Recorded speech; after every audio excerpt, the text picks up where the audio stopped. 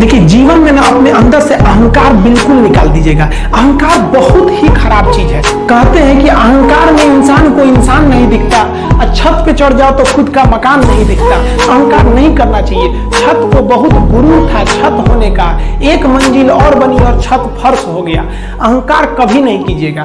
तूफान ज्यादा होती है तो कश्ती डूब जाती है, और घमंड ज्यादा हो जाती है तो हस्ती डूब जाती है। जिस दिन आपको घमंड होने लगे ना अपने आप के ऊपर कि हम बहुत बड़े हो गए हैं, हम बहुत पढ़ लिए हैं, हम बहुत सक्सेसफुल मैन हो गए, हम बहुत बड़े बिजनेसमैन, हम बहुत, मतलब जिस दिन आपको घमंड हो गया ना उस दिन आप शमशान घाट में जाके दिखेगा आपसे नायाब लोग, आपसे अच्छे अच्छे लोग वहां खाक बन गए। सब्सक्राइब करने के बाद घंटा बजाएं ताकि आप दूसरा अब मत लगाना।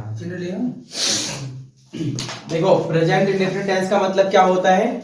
वर्तमान समय में अनिश्चित, है ना। इंडेफिनिट का मतलब क्या होता है? अनिश्चित, ठीक है। तो ऐसे वाक्य पहले इसका डिफिनीशन देखो, पहले इसका डिफिनीशन। ऐसे वाक्य जिनसे या जिनसे लिख लो, ऐसे वाक्य जिनके कार्यों की अवधि निश्चित नहीं होती है, कार्यों के होने या ना होने, कार्यों के होने या ना होने के बारे में कोई निश्चित जानकारी नहीं होती, या कोई निश्चित अवधि, जो आपने बोला ना वो भी ठीक है। कोई निश्चित जानकारी या अवधि नहीं होती है, कोई निश्चित जानकारी नहीं होती है, ठीक है। देखो ऐसे वाक्य जिनके कार्यों के होने या ना होने की कोई निश्चित जानकारी नहीं होती है, ठीक है। इसीलिए इसे क्या कहते हैं? वर्तमान अनिश्चित काल कहते हैं, ठीक है। दूसरा क्या है? इसकी पहचान की बात करें, ठीक है। तो पहचान इसकी आप सब लोग जानते हो क्या होते हैं? हिंदी के जो वाक्य होते हैं, क्योंकि हम हिंदी से इंग्लिश में ट्रांसलेशन कर रहे हैं ना, तो हमें क्या देखना है? हिंदी के वाक्यों के अंत में आने वाले जो शब्द होते हैं उन्हें देखना है। उनसे हमें पता चल जाता है कि सेंटेंस कौन से टेंस का है। देखो जैसे ता आएगा, क्या आएगा? ता सिर्फ नहीं आएगा, ता है ना, ती है, ती है और ते हैं, ता हूं। आगे तो नहीं आएगा, ती हो। जैसे तुम आती हो ना, तुम जाती हो, ता हूं, ती हूं इत्यादि शब्द आते हैं। मतलब जिन भी वाक्यों के अंत में क्या है? ता है, ती है, ते है ना। जैसे मैं आता हूं, तुम सुबह रोज उठते हो, सूर्य पूरब में अस्त, पूरब में उदय होता है ना, सूर्य पूरब में तो निकलता है, पश्चिम में अस्त होता है, ठीक है। या मान के चलो कि मैं साइकिल चलाना सीखता हूं, तो मैं क्या कर रहा हूं? जैसे इससे क्या होता है ना, इस टेंस से हैबिचुअल निकल के आता है। क्या निकल के आता है? हैबिचुअल मतलब समझते हो? आदत संबंधी। क्या निकल के आता है? आदत संबंधी वाक्य इसमें बनाए जाते हैं। आदत संबंधी वाक्य इसमें ट्रांसलेट किए जाते हैं। आदत संबंधी मतलब जैसे मैंने बोला कि मैं सुबह जल्दी उठता हूँ, तो मेरा आदत है कि नहीं आदत है? मैं प्रतिदिन अखबार पढ़ता हूँ, ये भी मेरी आदत। कोई कहे कि मैं दोपहर में खाना नहीं खाता हूँ, तो ये उसकी आदत है। और एक चीज दूसरा कि इससे यूनिवर्सल ट्रूथ निकलता है। क्या निकलता है? यूनिवर्सल ट्रूथ का मतलब होता है सार्वभौमिक सत्य। क्या होता है? सार्वभौमिक सत्य। देखो हम इसलिए इसको डिस्कस कर रहे हैं हैबिचुअल को, क्योंकि तुम लोगों की जो लेवल है ना वो कक्षा 2, 3, 4, 5 का तो है नहीं, 11 के पढ़ने वाले हो, तो इस बात का ध्यान रखो, ठीक है, कि किस टेंस का किस लिए प्रयोग करते हैं। यूनिवर्सल ट्रूथ और हैबिचुअल ट्रूथ, ठीक है। यूनिवर्सल ट्रूथ का मतलब होता है सार्वभौमिक सत्य। क्या होता है? सार्वभौमिक सत्य। सार्वभौमिक सत्य जो सबके लिए सत्य हो, जो तुम्हारे लिए भी और मेरे लिए भी। जैसे मैंने बोला कि the sun rises in the east, सूर्य पूरब में निकलता है, तो सच है कि नहीं है? सूर्य पश्चिम में अस्त होता है, सच है कि नहीं? नदी अपने तरह से अपने हिसाब से बहती है ना, तो ये भी उसका क्या है? एक यूनिवर्सल ट्रूथ है ना।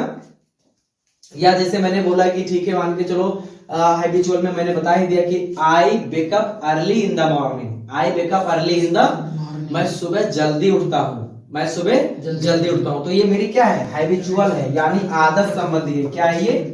आदत संबंधी, ठीक है, आदतन बोलते इसको, आदत संबंधी, ठीक है, जो अपने तथ्य, आदत संबंधी तथ्य। ये बात आई समझ में, ठीक है।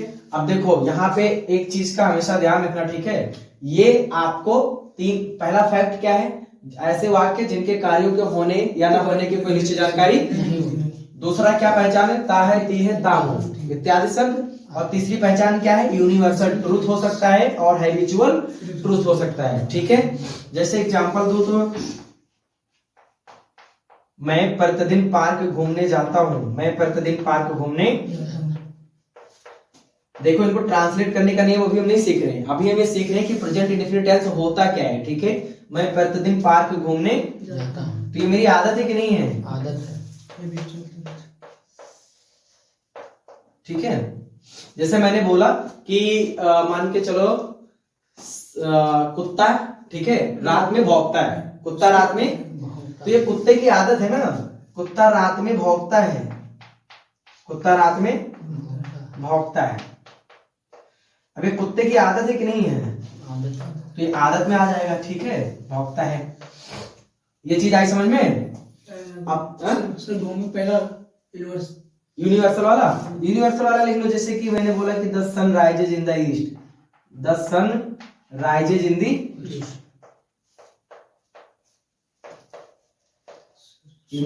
ईस्ट, ठीक है। सूर्य कहाँ निकलता है, पूरब में निकलता है, ठीक है। तो ये लिखो,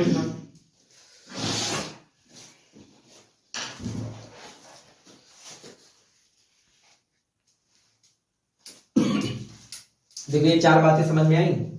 पहला कि ऐसे वाक्य जिनके कार्य के होने या ना होने के बारे में कोई निश्चित जानकारी नहीं।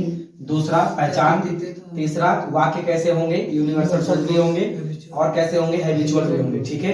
अब देखो, अब हम पढ़ेंगे ट्रांसलेशन बनाने के नियम, ठीक है, ट्रांसलेशन बनाने के नियम। वर्ड ऑर्डर भी देखेंगे। वर्ड ऑर्डर मतलब समझते हो, वर्ड ऑर्डर जैसे बोलते हैं, क्या बोलते हैं उसे, स्ट्रक्चर, क्या बोलते हैं, स्ट्रक्चर। देखो पहली चीज तो ये देखो, इसे सिंपल पास्ट भी कहते हैं, क्या सिंपल प्रेजेंट कहते हैं, क्या कहते हैं, सिंपल प्रेजेंट टेंस, यानी प्रेजेंट इंडेफिनिट का दूसरा नाम क्या है, simple present tense, simple present tense, ठीक है। देखो पहले हम देखेंगे अफर्मेटिव को, किसको, अफर्मेटिव। किसी भी टेंस के चार सेंटेंस होते हैं, किसी भी टेंस के कितने सेंटेंस होते हैं, चार सेंटेंस होते हैं, ठीक है। पहला अफर्मेटिव, दूसरा नेगेटिव, तीसरा इंट्रोगेटिव और उसके बाद में इंट्रो नेगेटिव, ठीक है। इंट्रोगेटिव वो होता है जिसमें प्रश्न भी पूछा जाता है और नहीं का भी प्रयोग होता है। अफर्मेटिव का हिंदी होता है सकारात्मक, क्या होता है, सकारात्मक, सकारात्मक, ठीक है। सकारात्मक मतलब जो वाक्य कैसे हो, सकारात्मक, एकदम बिल्कुल सकारात्मक को मतलब पॉजिटिव, कोई किंतु परंतु नहीं, ठीक है। जैसे मैं जाता हूं तो मैं जाता हूं, उसमें नहीं लगेगा ना कोई प्रश्न करेगा, कोई किंतु परंतु नहीं होना है, ठीक है। तो अब आगे लिखो इसमें, अब मैं यहां से लिखना शुरू करता हूं, ठीक है। वाक्यों का अनुवाद करने के लिए, वाक्यों का अनुवाद करने के लिए, देखो बेसिक से सिर्फ तीन बातें सीखेंगे, तीन या चार, करने के लिए कितनी बातें सीखेंगे, तीन या चार। देखो होता क्या है, पहला चीज यहां पे देखो, हमेशा ध्यान रखो, ही क्या आएगा, सी, इट, नेमिंग वर्ड क्या आएगा, नेमिंग वर्ड मतलब नाम वाले शब्द, नेमिंग वर्ड मतलब क्या होता है, नाम वाले शब्द, यानी नाम आएंगे, क्या आएंगे, एक नाम, हमेशा एक नाम। जब दो नाम आ जाएगा तो वो बहुवचन हो जाएगा। जब भी एक नाम आए, जैसे राजेश खेलता है, रवि दौड़ता है ना, वह पानी पी, मान के चलो जैसे मैंने बोला सीता खाना परोसती है, ठीक है, तो एक ही नाम तो आया तीनों में। लेकिन जब मैंने बोला कि सीता और रीता दोनों गाती हैं, तो गाना गाने का काम कितने लोग कर रहे हैं, तो बहुवचन हो गया कि एक ही वचन रहा, बहुवचन हो गया। तो naming words and singular number, singular number मतलब एक वचन, एक वचन बहुवचन में तो कोई दिक्कत नहीं है।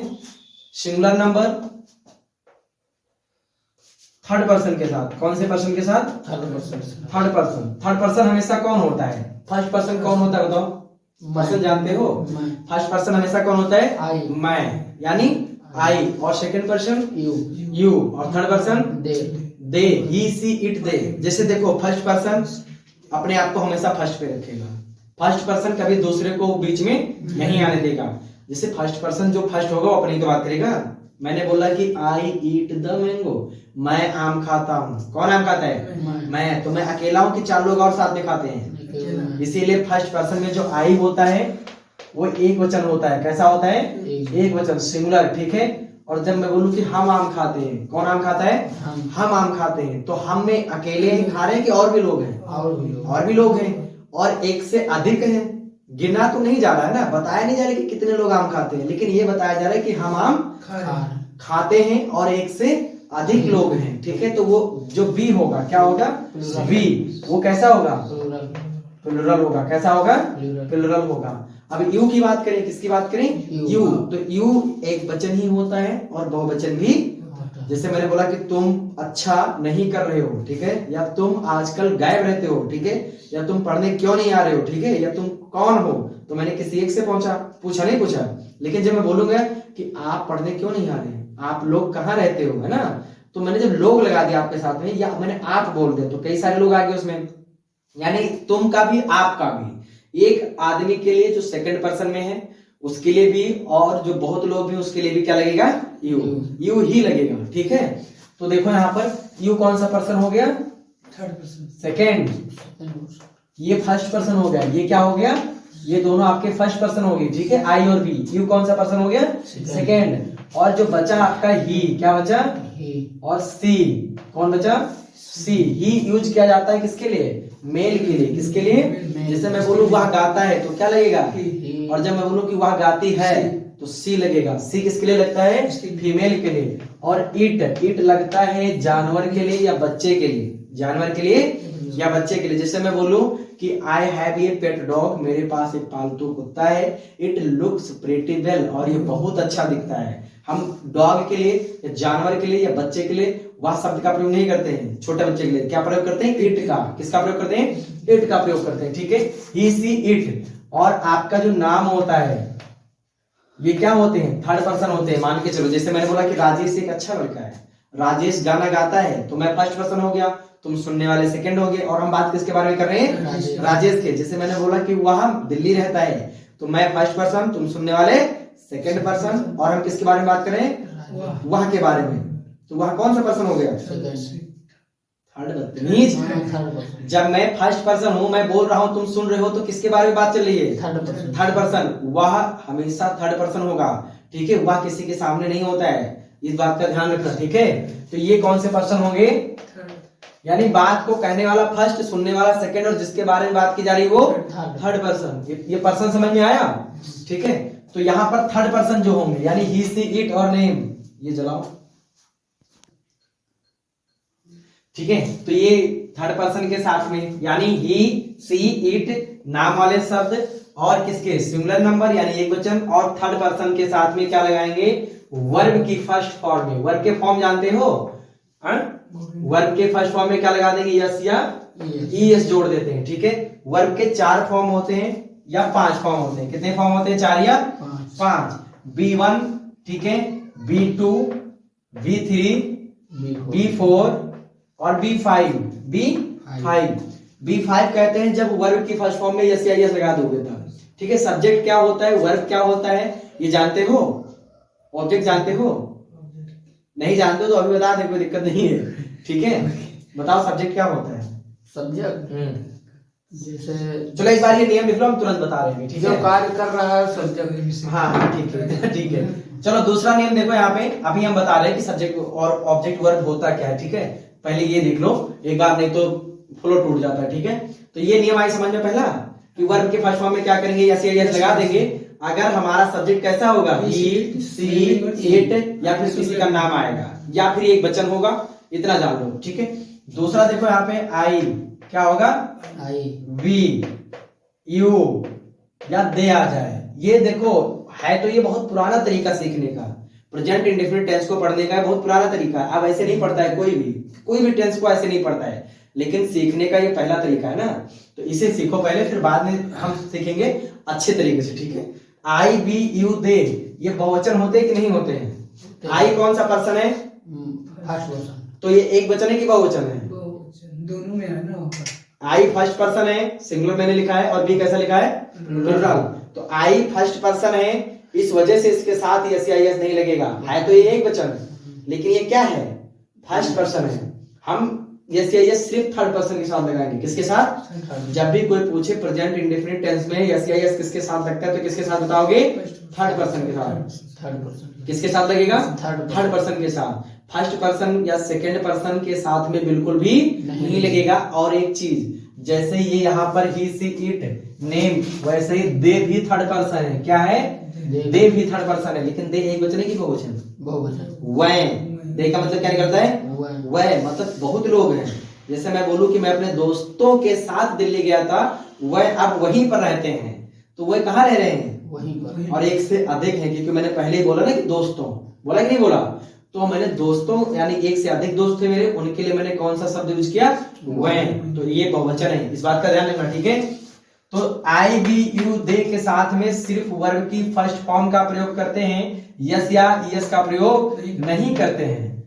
यस या यस का प्रयोग किसके साथ नहीं करते हैं? आई भी आई बी यू दे के साथ में, या एक नियम के तरह पढ़े तो सेकंड और फर्स्ट पर्सन के साथ, फर्स्ट पर्सन और सेकंड पर्सन के साथ नहीं करते हैं, दे के साथ भी नहीं करते हैं। ये चीज आई समझ में?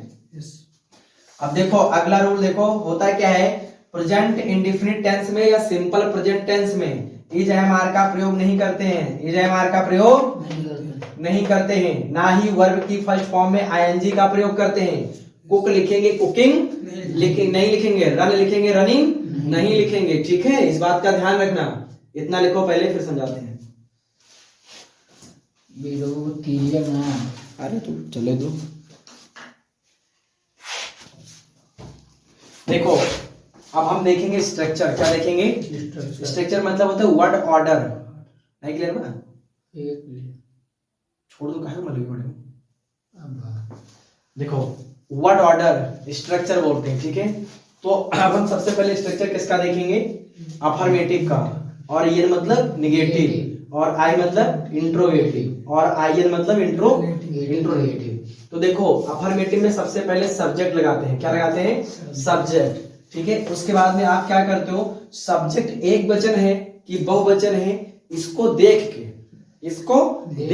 उसके बाद में क्या करते हो? यहाँ पर आप वर्ब के साथ में, वर्ब की कौन सी फॉर्म? फर्स्ट फॉर्म में यस या यस लगाते हो। यस या यस लगाते हो किसके हिसाब से? सब्जेक्ट के हिसाब से, ठीक है।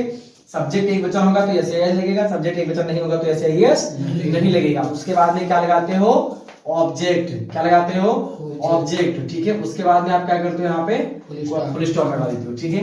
देखो निगेटिव में क्या करते हैं? निगेटिव में एक चीज हमेशा ध्यान रखना, जो थर्ड पर्सन होंगे उनके साथ क्या लगेगा? Do not. क्या लगेगा? सॉरी डज नॉट लगेगा। क्या लगेगा? डज नॉट, ठीक है। बहुवचन। थर्ड पर्सन मतलब ही आएगा, क्या आएगा? सी आएगा, इट आएगा, और नेम आएगा। क्या आएगा? दे बहुवचन होता है भैया, होता तो थर्ड पर्सन है लेकिन बहुवचन होता है, इसलिए उसके साथ डू लगाएंगे, ठीक है। और जो आपके सेकंड पर्सन होंगे क्या होंगे? फर्स्ट और सेकंड पर्सन, फर्स्ट और सेकंड पर्सन, ठीक है। उनके साथ आप डू लगाओगे, डू नॉट। क्या लगाओगे? Do not. जैसे आई, जैसे आई वी यू, और क्या आएगा? दे। या बहुवचन में आ जाए, जैसे दो नाम आ जाए ना, जैसे मैंने बोला राम एंड श्याम, राम एंड, ठीक है। तो ये दो लोग हैं कि एक लोग हैं? दो लोग हैं। तो इनके साथ डू नॉट लगेगा कि डज नॉट लगेगा? डू नॉट लगेगा। इस चीज का ध्यान रखना। अब ये वर्ड ऑर्डर समझ में आया? सबसे पहले सब्जेक्ट लगाएंगे। क्या लगाएंगे? उसके बाद में वर्ब की कौन सी फॉर्म लगाएंगे? फर्स्ट फॉर्म में अगर सब्जेक्ट एक वचन है तो क्या लगाएंगे? यस या यस। उसके बाद में ऑब्जेक्ट। नेगेटिव में देखो पहले सब्जेक्ट। क्या लगाएंगे?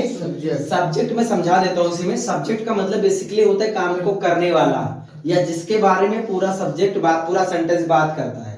या तो काम करने वाला, या तो काम करने वाला, या जिसके बारे में पूरा सेंटेंस बात करे। जैसे मैंने बोला कि राम नाचता है। राम क्या करता है? नाचने का काम कौन कर रहा है? राम कर रहा है, लेकिन नाचता है तो कौन? राम। जब ये सेंटेंस किसके बारे में बात कर रहा है? राम के बारे में ना। और राम नाचने का काम कर रहा है, तो ऐसे आप सेंटेंस पहचान लिया करो कि नाचने का काम कौन कर रहा है? राम। कौन का जब प्रश्न करोगे ना, कौन, हु डांसेज, तो आंसर मिलेगा राम डांसेज। कौन नाचता है? राम नाचता है। ठीक है, नाचता है लेकिन कौन? पता चला सब्जेक्ट क्या होता है? सब्जेक्ट। ठीक है, और सब्जेक्ट के बाद में आप अगर एक वचन है तो डज नॉट क्या लगाओगे, अगर बहुवचन है तो क्या लगाओगे? Do not. ठीक है, उसके बाद में लगाओगे वर्ब की फर्स्ट फॉर्म। और एक बात का हमेशा ध्यान रखना, नेगेटिव में यस या यस को नहीं लगाते हैं। ठीक है, अब दूसरा यहां पर आप क्या करोगे? ऑब्जेक्ट लगाओगे। क्या लगाओगे? ऑब्जेक्ट। ये चीज कंफर्म हुई? पहले सब्जेक्ट अगर एक वचन है तो क्या लगाओगे? Does not. और अगर बहुवचन है तो क्या लगाओगे? Do not. और वर्ब की कौन सी फॉर्म? First form. उसके बाद में क्या लगाओगे? ऑब्जेक्ट। इंट्रोगेटिव देखो, इंट्रोगेटिव में एक बात बताऊं आप लोगों को, दो प्रकार के होते हैं। कितने प्रकार के? दो। एक मैंने बोला था यस या नो टाइप्स होते नहीं होते, हाँ या ना में, है ना, जिनका जवाब दे दो। और दूसरा कौन से होते हैं? WH family types. तो पहले देख लेते हैं यस या नो टाइप का, यानी क्या से शुरू होने वाले प्रश्न। WH मैथ्स में क्या बोलते हैं इसे?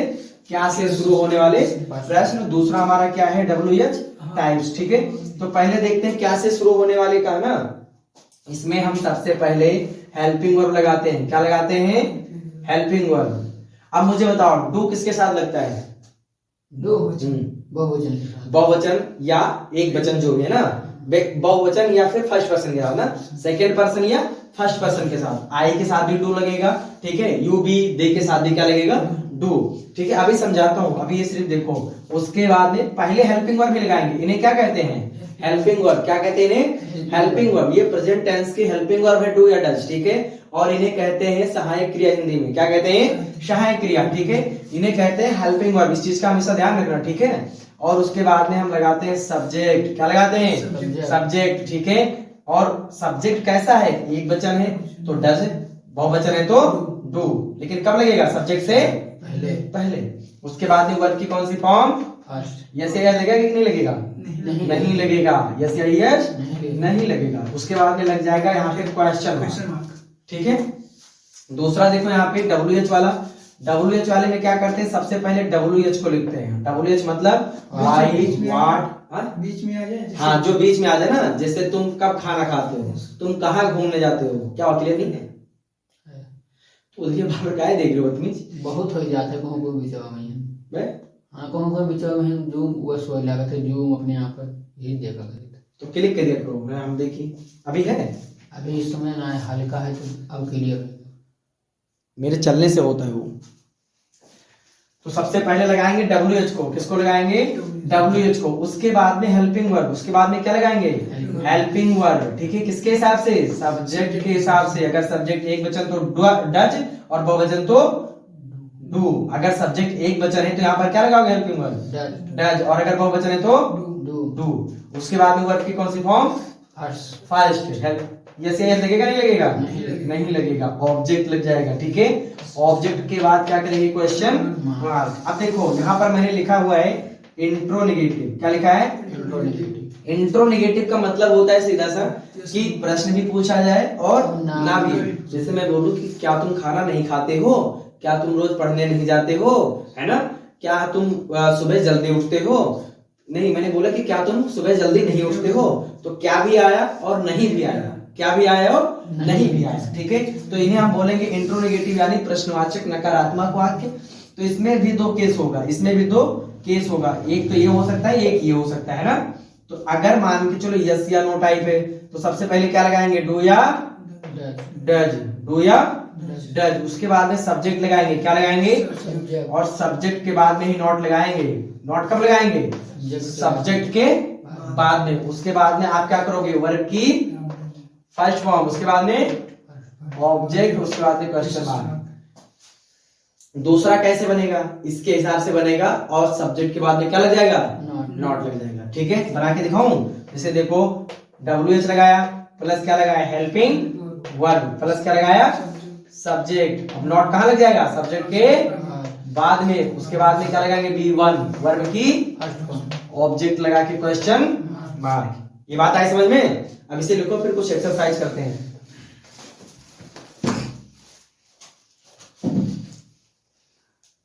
इतनी लाइट रहे।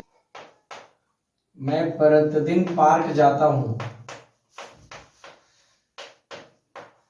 मैं प्रतिदिन पार्क जाता हूँ। दूसरा मैंने लिखा कि हम प्रतिदिन पार्क नहीं जाते हैं। हम प्रतिदिन पार्क नहीं जाते।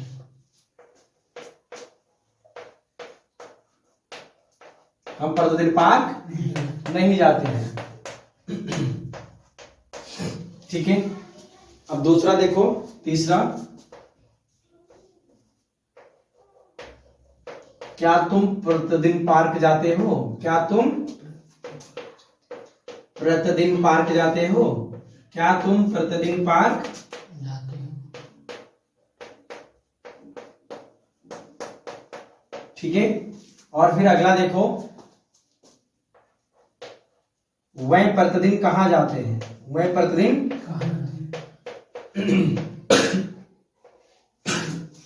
वह प्रतिदिन कहाँ जाते हैं?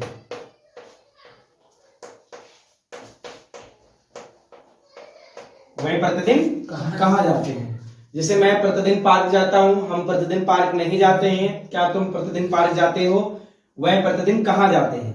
इस चौक जब दो जरा को, इन चीजों में जो ज्यादा जानना जरूरी है वो हमें सब्जेक्ट जानना जरूरी है। क्या जानना जरूरी है? सब्जेक्ट। ठीक है, ये फर्स्ट पर्सन, ये फर्स्ट पर्सन, ये सेकंड पर्सन, ये थर्ड पर्सन, ये भी बहुवचन, ये भी बहुवचन, ये भी बहुवचन, ये एकवचन। लेकिन इनके साथ में हम क्या करते हैं? ना तो यस या यस का प्रयोग करते हैं, आई वी यू दे, ना तो यस या यस का प्रयोग करते हैं, ना ही डज लगाते हैं। इनके साथ में क्या लगाते हैं? डू और वर्ब की फर्स्ट फॉर्म। जैसे मैंने बोला कि मैं प्रतिदिन पार्क जाता हूं, तो मैं के लिए क्या लिखूंगा? आई। क्या करता हूं? काम क्या करता हूं? जाने का। पार्क कौन जाता है? मैं। तो सब्जेक्ट मिल गया। मैं क्या करता हूं? जाने का। मैं करता क्या हूं? जाता हूं। क्या करता हूं? जाता हूं। ठीक है, आई गो, आई गो, मैं जाता हूं। कहाँ जाता हूं? Park. To park, I go to park. कब जाता हूं? डेली। प्रतिदिन, तो एवरी डे क्या हो जाएगा? Every day. ये बात आई समझ में? जैसे मैं क्या करता हूं, पहले देखो कि पार्क कौन जाता है, तो आई मिल गया सब्जेक्ट। अब आई क्या करता है? जाता है, तो गो। कहाँ जाता है? To park. ठीक है, कब? Every day. ये बात आई समझ में? हम प्रतिदिन पार्क नहीं जाते हैं, तो हम की इंग्लिश क्या होगी? बी। ठीक है, और बी के साथ में नेगेटिव मैंने क्या बताया था? क्या लगेगा? डू। क्या लगेगा? Helping verb do not. Do not. Be do not, be do not. Do not. क्या करते हैं? Go to. क्या करते हैं? गो। हम क्या नहीं करते हैं? जाने का काम नहीं करते ना, तो बी डू नॉट गो कहाँ पे? To park every day. बन गया? कोई दिक्कत यहाँ तक? अब दूसरा देखो, क्या तुम प्रतिदिन पार्क जाते हो? तो कोई से कह सकते हो हाँ या तो जाता हूं या तो नहीं जाता हूं। तो इसका जवाब आसानी से हाँ या ना में दे सकते हो। तो ये कौन सा है सेंटेंस? यस या नो टाइप्स। ठीक है, तो इसका जवाब आप यस या नो में दे सकते हो। तो इसको बनाएंगे भी कैसे?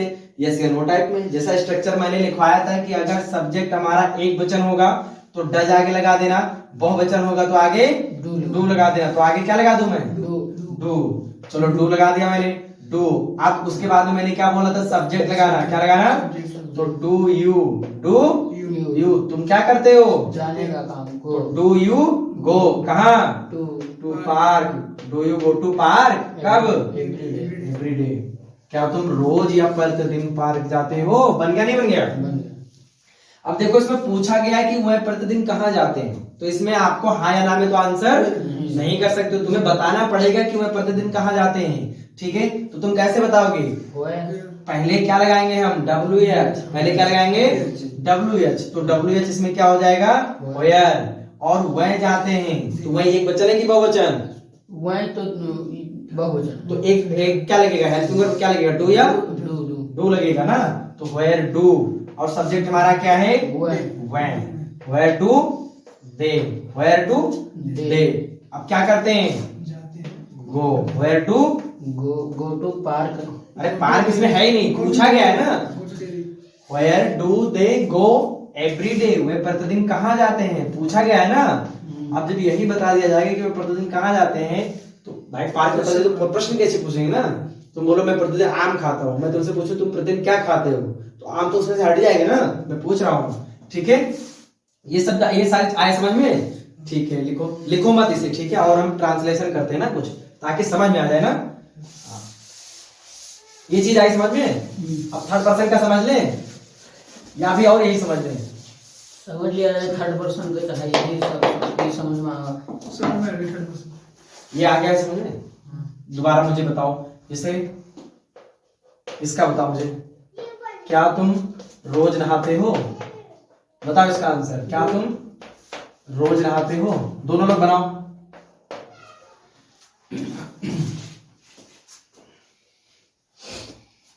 क्या तुम रोज नहाते हो? आंसर करो जल्दी जल्दी।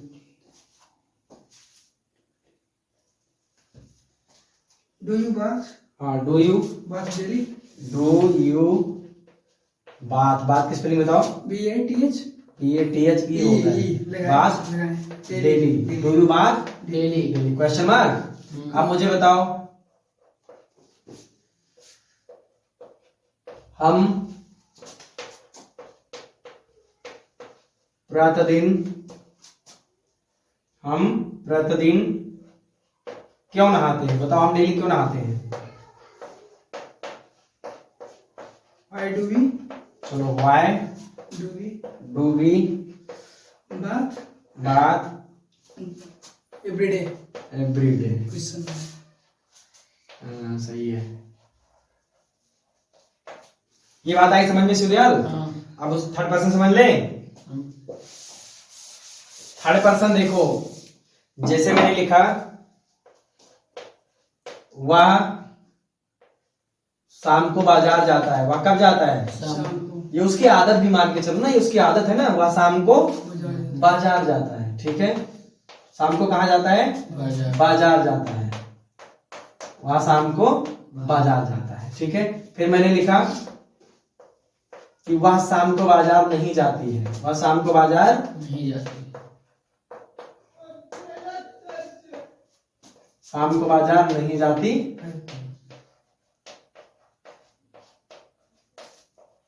ठीक है। दूसरा मैंने यहां पर लिखा कि मान के चलो, वह बाजार कहाँ जाती है? क्या क्या लड़की? क्या लड़का क्रिकेट खेलता है?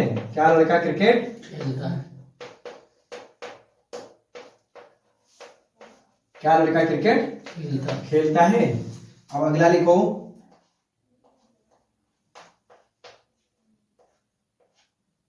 वह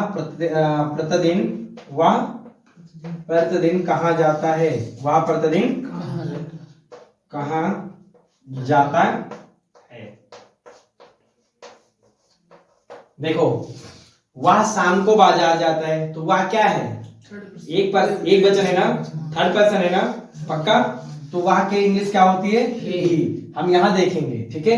शाम को बाजार कौन जाता है? वाह। तो वह हमारा सब्जेक्ट मिल गया। अब वह क्या काम करता है? जाता है। तो क्या हो जाएगा? ही गो। यस लगेगा कि नहीं लगेगा? लगेगा। अभी बताया था मैंने कि ही और सी है ना, इट और नेमिंग वर्ड के साथ में क्या लगेगा? वर्ड की फर्स्ट फॉर्म में He goes to market. हाँ, जैसे जो जाने का काम होता है ना, काम जाने का है, तो उसमें यस लगाएगा, ठीक है। ही गोज कहाँ जाता है? Market. He goes to the market. He goes to market. Evening. अब कब जाता है? इवनिंग, शाम को। इन इवनिंग या एट इवनिंग लिख दो, क्या लगा दो? कब जाता है वो? शाम को, ठीक है। इवनिंग लिख दिया यहाँ पे। अगला देखो, वह शाम को बाजार नहीं जाती है, तो सी है कि ही है? सी। तो चलो सी लगा देंगे। सी नहीं जाती है, तो एक वचन है, सी की बहुवचन है, एक बच्चा। तो डज लगेगा, डज नॉट लगेगा कि do not? She does not क्या हो जाएगा? She does not. She does not क्या करती है? जाने का गो टू कहाँ पे? Market. She does not go to market. कब? एट इवनिंग, शाम को, ठीक है। क्या लड़का क्रिकेट खेलता है? तो बताइए कैसे बनेगा? क्या लड़का? बताओ। तो यहाँ डू पहले क्या लड़का does does boy does boy boy play the cricket play the cricket does boy play the cricket लो दिमाग खुल गया तुम लोगों का does boy play the cricket cricket अगला बताओ वह प्रतिदिन कहाँ जाता है वेयर वेयर डू टू नहीं डू या does does does does where does does he he goes go goes नहीं जैसे ये नहीं लगता ना where does he go to every day go to नहीं लिखे गो एवरी डे अब प्रतिदिन कहाँ जाता है तो लगाते हैं जब जब किसी कहीं जाया जाए ना जैसे मान के चलो मैं दिल्ली जाता हूँ तो मतलब मैं दिल्ली की ओर जाता हूँ इसीलिए टू लगा देते हैं आई गो टू दिल्ली ठीक है ये चीज आई समझ में अब